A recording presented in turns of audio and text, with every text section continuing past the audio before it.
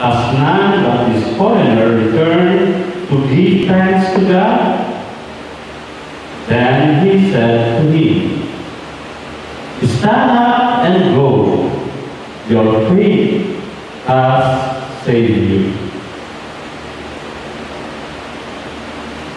The Gospel of the Lord. Praise to you, Lord Jesus Christ.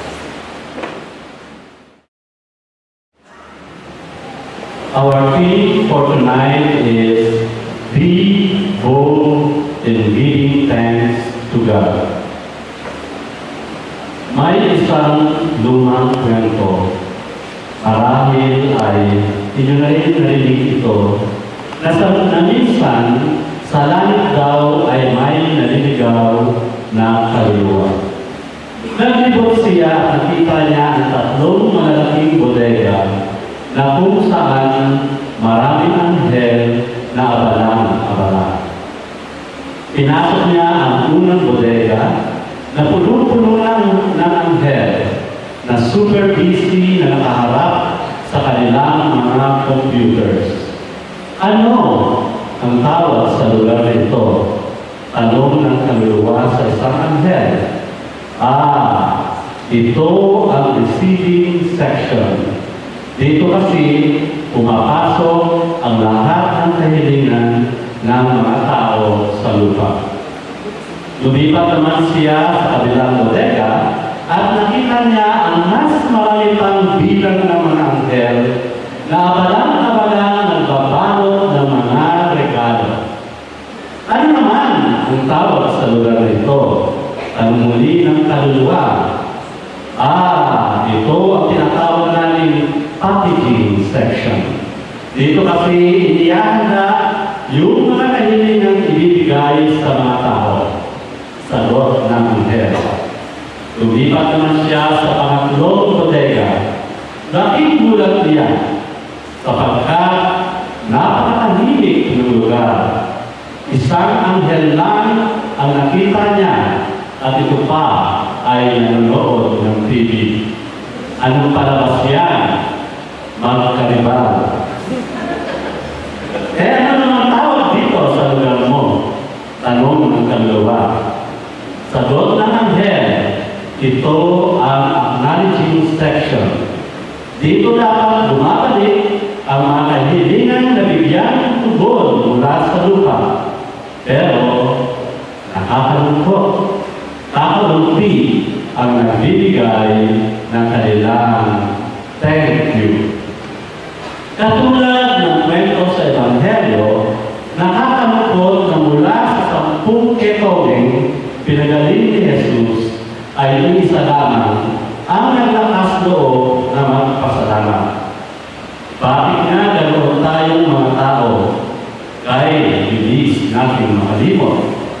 Ang Diyos kung magpadala sa atin ng biyaya ay siksik, liglig at umaapaw.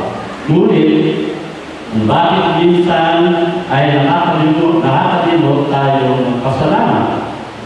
Gratitude is the language of the heart. Sabi nga sa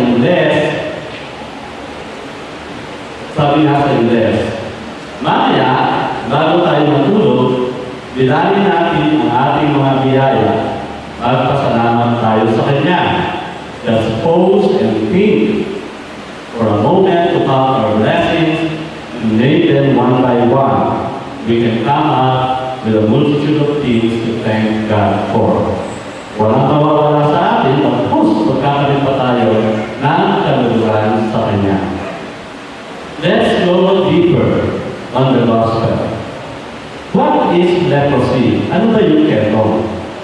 Leprosy, during that time, was considered to be incurable. Ito yung mga lungs, yung mga sores na may puting buhok, at ito ay sakit sa skin. It's like Hansen's disease. People afflicted with this disease were considered unclean. Those diagnosed with leprosy were banned from society, so they are outcasts. They are cut off from everyone they had known, including their loved ones. Nung dumaan si Jesus papuntang Jerusalem, The 10 lepers cried out, "Jesus, Master, have mercy on us." That's all they could do. Yun lang ang magagawa nila. They couldn't heal themselves. All they could do was throw themselves on God's mercy. Pero si Jesus, He did not ignore them. Hindi niya sinabing, "Get out of here." Instead, Jesus listened to their plea for help. And more than that, His heart went out to them, and He had mercy on all 10 men. Do you see any parallels between what leprosy did to those 10 men and what sin does to you and me? Sin is very similar to leprosy. It too is a terrible disease. It begins in the soul, eating away our bodies from the inside out. It eventually takes away life in itself. It forces us to keep distance from our God. We are not allowed to live in His holy city or even approach His presence. We are no different from those 10 lepers. Wala tayong pagkakaiba sa 10 lepers. By our impure thoughts, hurtful words, and self-centered actions, we prove again and again that we are unclean. All we can do is to throw ourselves on God's mercy. But then who steps on the picture? As in the case of 10 lepers, Jesus does. Being thoroughly infected with sin, we also realize that we can do nothing to heal ourselves. So what Jesus did for us, He took our infirmities or sins upon Himself. In the scripture, it says, Jesus was pierced for our transgression. He was crushed for our iniquities. The punishment that brought us peace was upon Him, in the book of Isaiah. Jesus didn't have to leave His heavenly home to become a man, but He did it for us. Jesus didn't have to leave behind His word or His spirit, but He did it for us.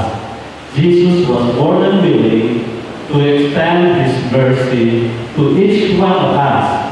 That's why we need to give thanks to Jesus, and in addition, thanking Him for His mercy, we also must be bold in thanking Him. Although during that time, kapag ikaw ay may ketong, you have to announce your disease. No one is demanded to announce if you are cured. But that's exactly what one of those 10 lepers did. After Jesus spoke the word and the lepers went on their way, all 10 men were cured.